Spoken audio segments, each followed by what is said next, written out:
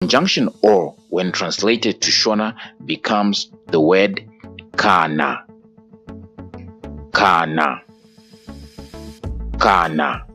This conjunction is usually used when you are presenting an alternative or a substitute to the thing that you're referring to in a sentence. So we're going to give you example sentences so that you can get a feel or a grasp how this conjunction is used in Shona sentences. The first example: should I stay or go?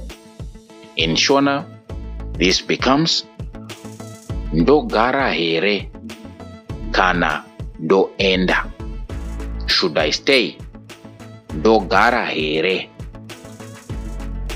Or becomes kana go ndoenda.